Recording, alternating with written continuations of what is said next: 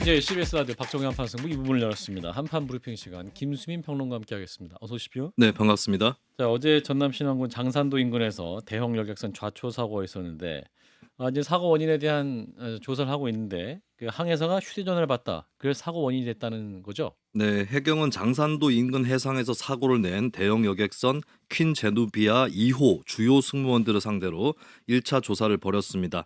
당시 1등 항해사가 휴대전화를 보느라 자동 항법 장치에 조종을 맡긴 것으로 확인이 됐고요. 예. 사고 발생 지점인 장산도 인근 해상은 연안 여객선들의 항로가 빼곡한 협수로입니다. 음. 주의를 더 기울여야 하는데 자동 항법 장치에 의존하지 않는 것이 이런 경우에 통상적인 운행 방법이었고요.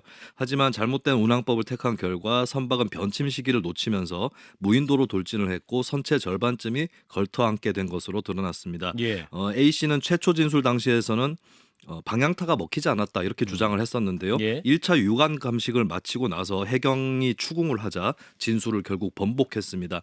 1등 항해사 A모 씨와 조타수 B 씨는 중과실치상 혐의로 긴급 체포가 됐고요. 선장 C 씨도 직접 지휘 의무를 저버리고 조타 씨를 비운 것으로 확인이 돼서 불구속 입건됐습니다. 예. 참 있을 수 없는 일인데 사고 당시 휴대전화를 봤던 1등 항해사. 또 선장은 또 조타실을 비웠다는 거잖아요. 저는 이런 일이 참. 벌어진다고 생각을 못 해 예. 가지고 그 배를 운행하는 게 어떤 것이냐 뭐 운전하고 뭐 비슷하겠지만 뭐 전혀 다를 거 아닙니까? 그리고 예. 승객이 얼마예요. 근데 휴대폰 보느라고 이렇게 한다는 거는 글쎄요. 이게 참 직업 윤리라는 게 땅에 떨어졌다고 생각합니다. 예. 뭐 1등 항해사, 2등 항해사가 체포가 됐지만 예. 이 두 분이 신경 안 쓰면 승객 200 67명.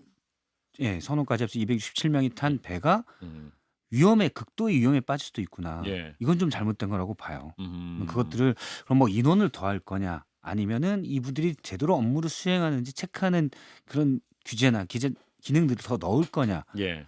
비행기는 사실 비행기도 보통 뭐 100명, 200명, 300명 가까이 이렇게 타잖아요. 예. 안전에 대한 규제가 엄청나게 꼼꼼하게 있습니다. 가끔 음. 사고 나는 거는 수십 가지의 이런 것들이 다 맞아 떨어졌을 때, 그러니까 제대로 안 됐을 때 그렇죠. 그렇게 되는 거죠. 뭐 예를 근무 시간이랄지, 음. 뭐 승무원 수까지 엄격하게 다 규제를 하거든요. 예. 배에도 이런 부분이 좀 필요하지 않나. 음. 물론 뭐 한두 명 타고 간 택시랑은 다르잖아요. 음. 수백 명의 목숨을 사실은 음. 이 선장, 선원 몇 분에게 의지하는 건데 음. 한두 분이 그냥 휴대폰 보고 딴짓하면 사고 날 수 있다. 이건 너무 위험한 것 같아요. 예. 사실은 이 바다에서의 안전 문제는 계속 논의가 됐었고 예. 그래서 또 조심해야 된다는 게 계속 사회적으로 논의가 됐었는데 또 이런 일이 벌어지니까 굉장히 당황스러운 거 다행히 인명 피해는 없었습니다만 김수인 평론가. 네, 예전에 많이 벌어졌었던 선박 사고의 경우 선체에 문제가 있거나 혹은 운항 중에 뭐 과적을 한다거나 이런 경우들이 있었는데 이번은 또 다른 경우로 사람의 문제로 볼 수가 있겠고 사실 이게 좀 난망한 것이 사실 배 하나하나를 다 들여다볼 수는 없는 노릇이기 때문에 그렇죠. 이 선원들 사이에서의 교육이라든지 문화 이런 것들이 음흠. 원칙적인 것을 잘 지키는 쪽으로 정착이 돼 있어야 되는 문제다라고 음흠. 하는 점에서 꾸준히 계속해서 이런 문제에 대해서 알리고 이렇게 해서는 안 된다 이렇게 하는 것도 중요하겠고 근데 잠시라도 이렇게 해서는 안 된다라고 하는 점 이런 것도 좀 기강을 잡아 나가야 되는 예. 그런 숙제가 또 이번에 발견이 된 것 같습니다. 예. 자, 안전에 관한 문제는 정말 과하다 싶을 정도로 계속 또 점검을 할 필요가 있어 보입니다. 자, 이어서 이재명 대통령 얘기입니다. 아랍에미리트를 국빈망원을 마쳤죠. 이어서 이제 이집트로 이동을 했는데 여기서 대중동 구상도 발표할 예정이죠. 네, 이재명 대통령은 이집트를 방문해 압델 파타 LCC 대통령과 정상회담을 갖고 이후에는 카이로 대학교 강연을 통해서 대중동 구상을 발표를 할 예정입니다. 예. 그에 앞서서 이 대통령이 이집트 국영일간지 알 아흐람에 기고문을 발표를 했는데요. 한국과 이집트 함께한 30년과 함께 만들어갈 미래라는 제목의 글입니다.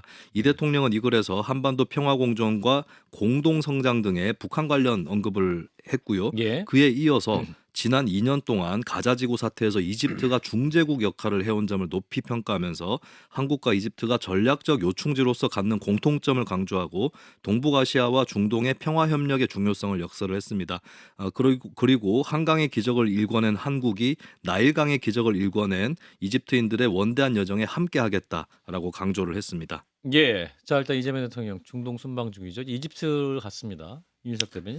그 이집트하고 그럼 우리가 어떠한 관계를 맺어야 되느냐 좀 멀잖아요. 근데 보니까 이집트란 나라가 우리가 뭐 피라미드 요 정도 알고 있지만은 일단 인구가 엄청 많아요. 보니까 1억 1천만이 넘더라고요. 그리고 최근에 보니까 경제 성장률 한 4% 정도 쭉 되고 예.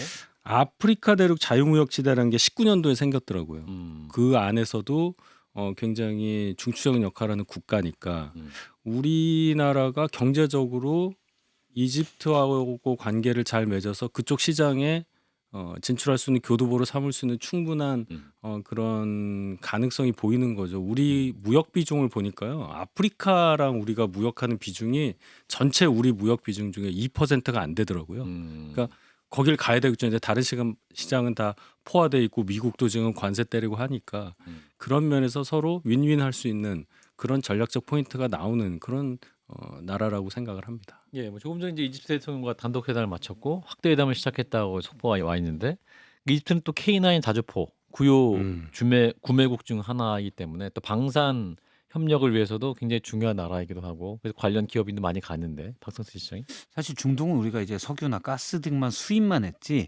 수출은 이제 좀씩 이루어지는 단계거든요. 예. 그리고 교육 우리가 이제 거기는 어차피 산유국가 자원이기 때문에 필요로 해서 했던 거지 교육이 그렇게 많진 않았죠. 근데 중동 전체로는 시장 전체가 4조 달러 GDP 꽤 큰 곳입니다. 예. 특히 이제 거기 안에 UAE 뭐 이란은 지금 좀 그렇지만 이집트 이런 나라가 이제 어느 정도 의미가 있는 거고 이걸 통해서 중동 전체로 대한민국의 영역을 확대한다라는 건 의미가 있다고 봐요.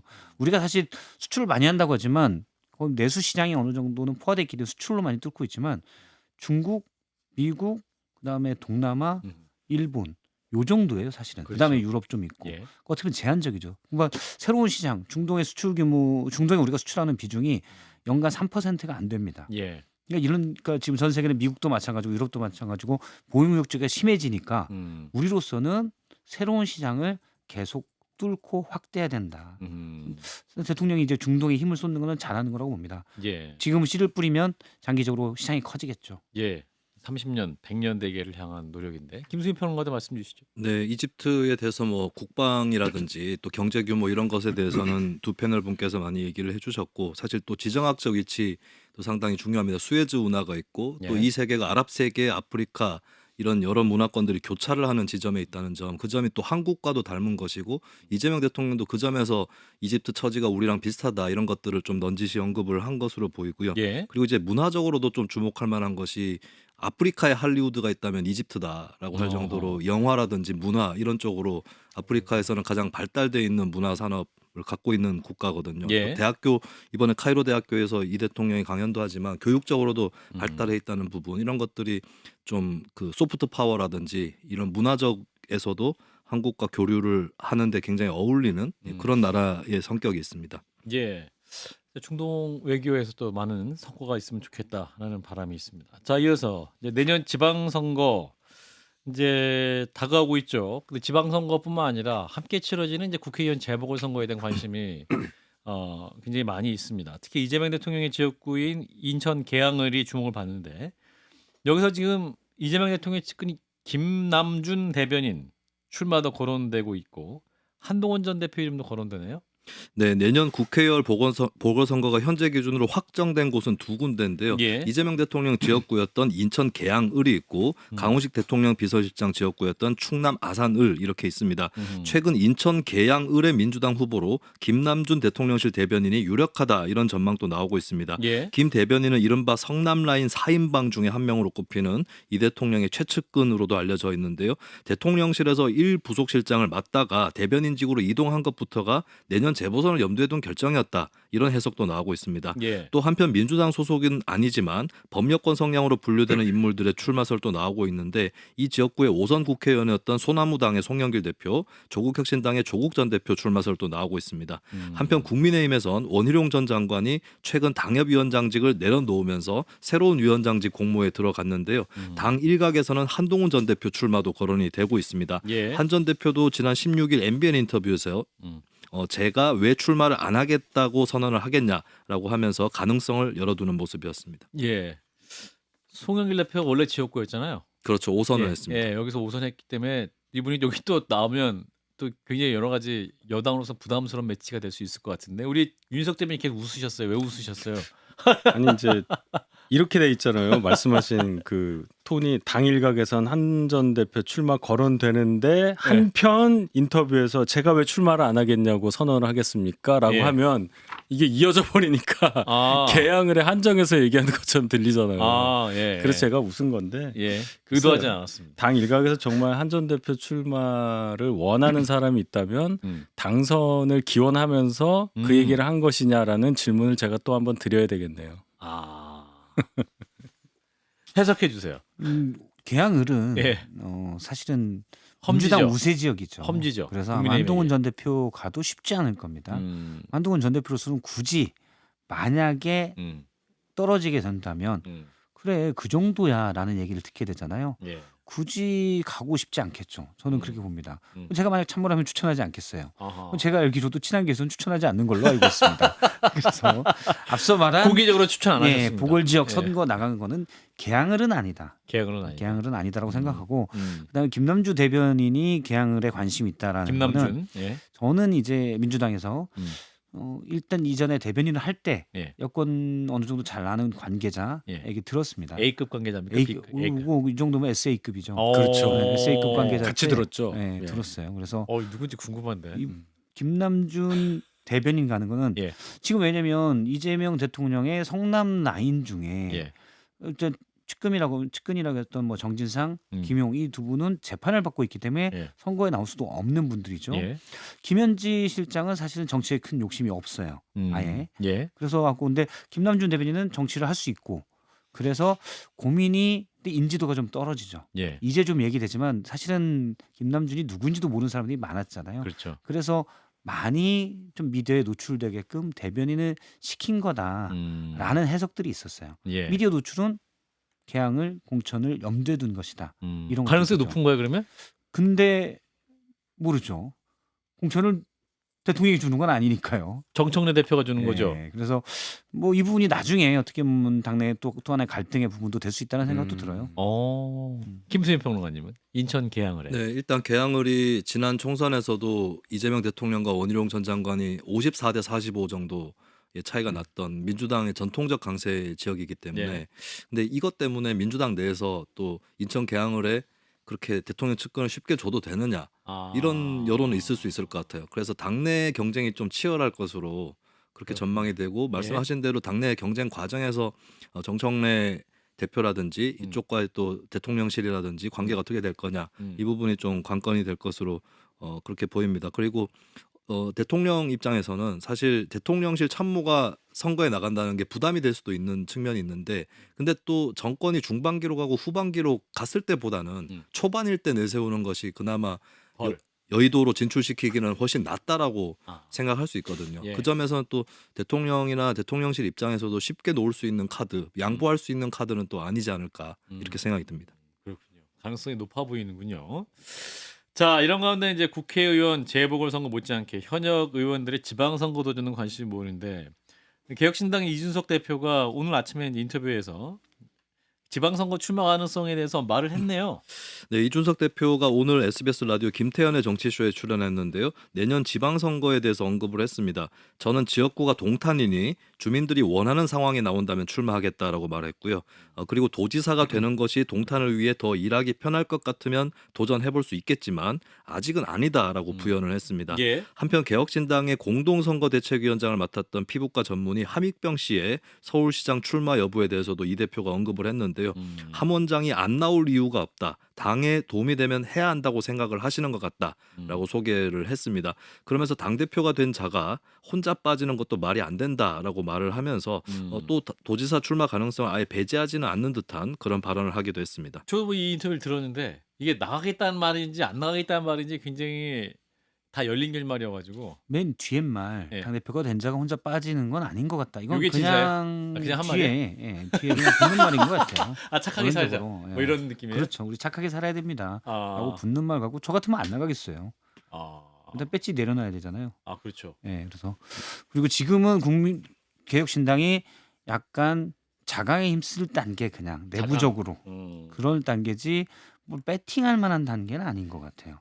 그렇죠. 그 저도 들었는데요. 그 방송을. 대화의 예. 흐름을 보니까 이제 함익병 원장 그리고 다른 어떤 최고위원 김정철 최고위원이 지금 준비하고 그 있어요. 두 분이 이제 서울시장에. 네. 서울시장 나가겠다는 강력한 의지를 불태우고 뭐 국민의힘과의 관계에 대해서 뭐 얘기하면서 예. 나온 얘기이기 때문에 예. 아니 이렇게 나오신다는 분 계신데 예. 당 대표가 가만히 있다고 어떻게 말을 합니까?라는 차원으로 한 거니까 예. 나온다는 거 그냥 원론적으로 나올 수도 있다고 한 거지. 진짜가 나는 아니다. 나는 뭐 이제 경기도지사 도전하겠다 이렇게 들리기에는 예. 굉장히 어렵다. 예. 만약에 그리고 이준석 대표가 경기지사에 나온다. 예. 한 뭐 5에서 10% 사이 정도는 득표를 할 수 있지도 않을까요? 좀 그렇게 생각해요, 실제로.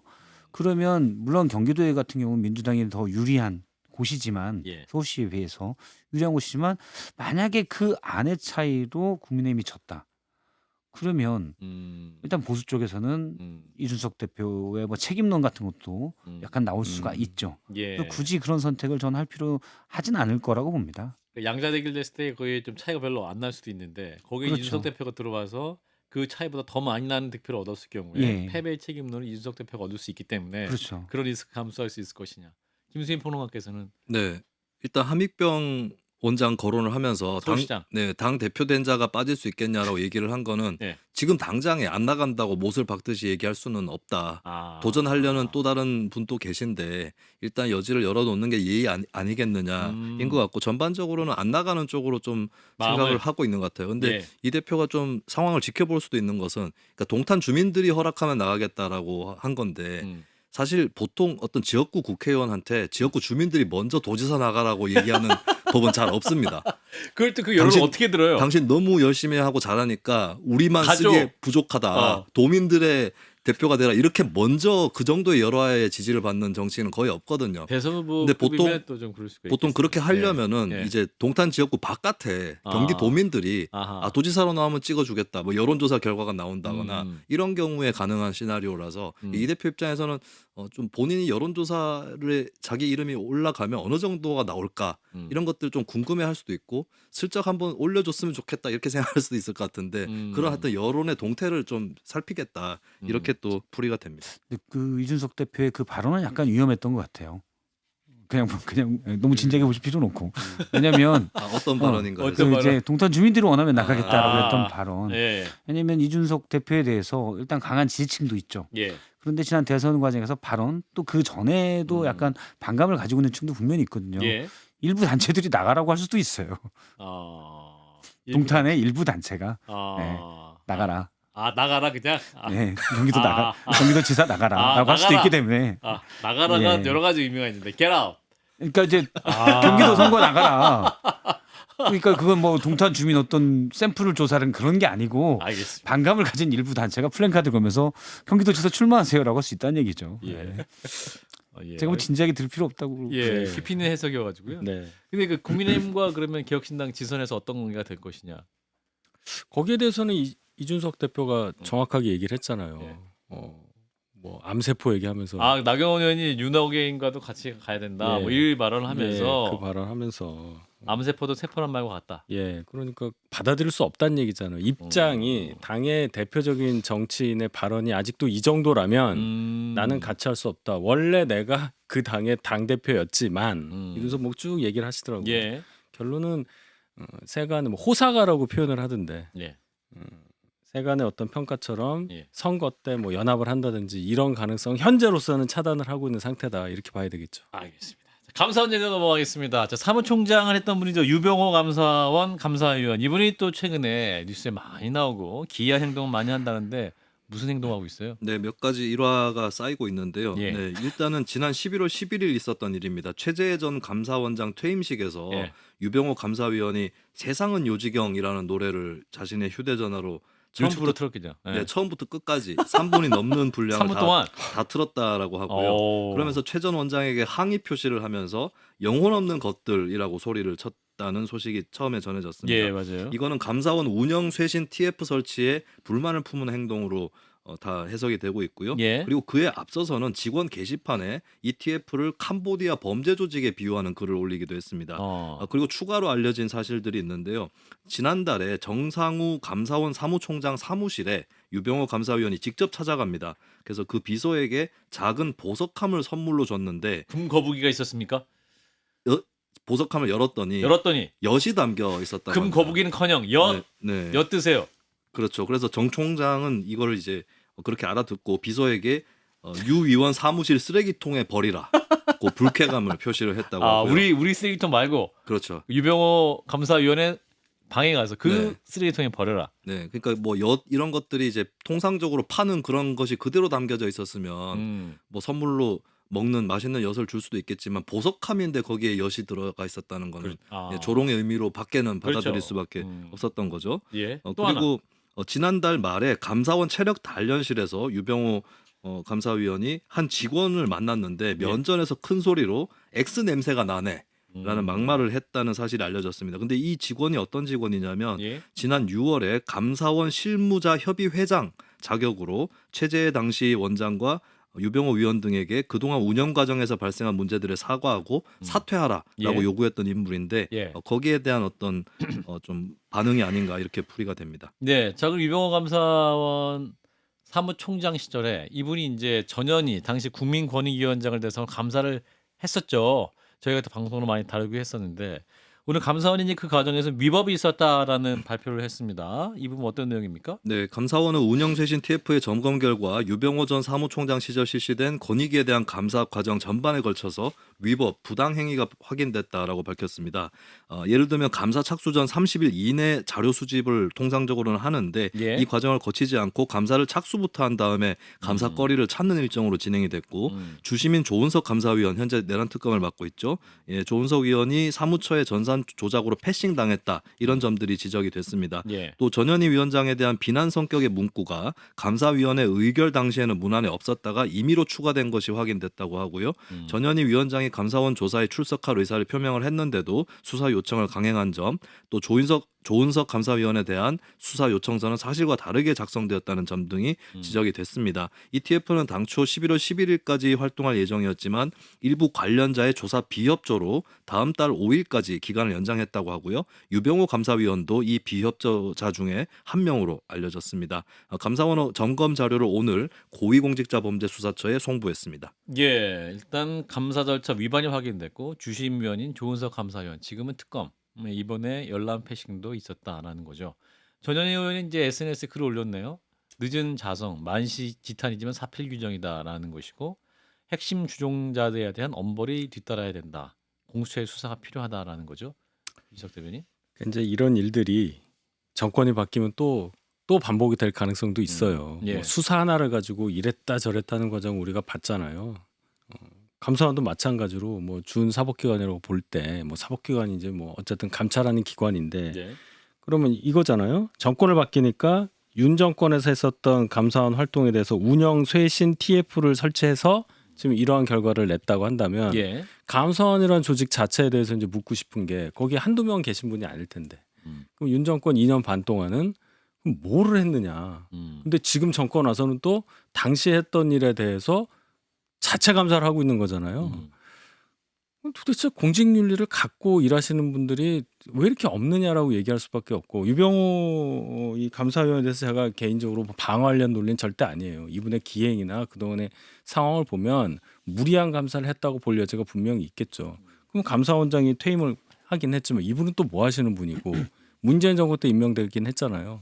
그러니까 이렇게 국가의 이 근본적인 것을 다루는 기관에서 이러한 일들이 정권 바뀔 때마다 일어나는 것을 국민들이 어떻게 해석을 해야 하느냐. 이거는 정권의 유불리 차원의 문제가 아니라 앞으로도 계속 우리가 5년마다 한 번씩 대통령 선거를 할 테고 그 과정에서 정권 교체가 되는 일이 있을 텐데 이걸 언제까지 봐야 되는 차원에서 근본적으로 다뤄야 될 사안이라고 봅니다.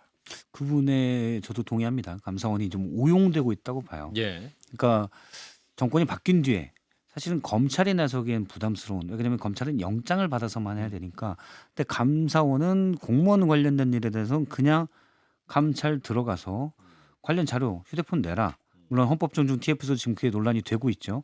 안 내면 민사상 또는 뭐 불이익을 주겠다. 예. 이러니까 영장 없이 그냥 내는 일이 반복되고 있고 그러면 감사원이 얼추 조사를 해서 그다음에 수사 의뢰하고. 수사 의뢰하는 이 패턴이 반복되고 있거든요. 근데 거기에 사실은 지금 정책에 대해서 각 정부 부처가 잘하고 있는지를 봐야 되는데 그게 아니라 지난 정부 때 일에 대한 사실은 특히 윤석열 정부 때 그게 심했죠. 예. 그래서 그런 부분들은 좀 끊어졌으면 좋겠다. 이런 곳이 어디였냐면 국정원이 그래요. 정권이 바뀔 때마다 예. 국정원 사람들이 과거 정권 사람들 속아내기에 바빠요. 그래서 내사 기능을 없애기도 했었지만. 예. 예. 그런 일들이면 다른 일들을 해야 되잖아요. 사실 공공기관들은 그런 이제 이 공적인 조직들은 공적인 일을 해야 되는데 사실은 그 안에서 권력 다툼하냐고 제 할 일을 못하는 것 아닌가. 일단 저는 이재명 정부에서는 그런 걸 좀 끊어냈으면 싶고요. 중요한 건 그리고 유병호는 나가야 된다. 알겠습니다. 타이거는 무슨 고양이도 아니에요. 예. 예, 타이거파라고 또 감사원 내부에 있는 예, 그 감사 스타일을 언급한 건데 그 말씀해 주셨네요. 자, 일단 여기까지 김수민 평론가님 고맙습니다. 네, 감사합니다.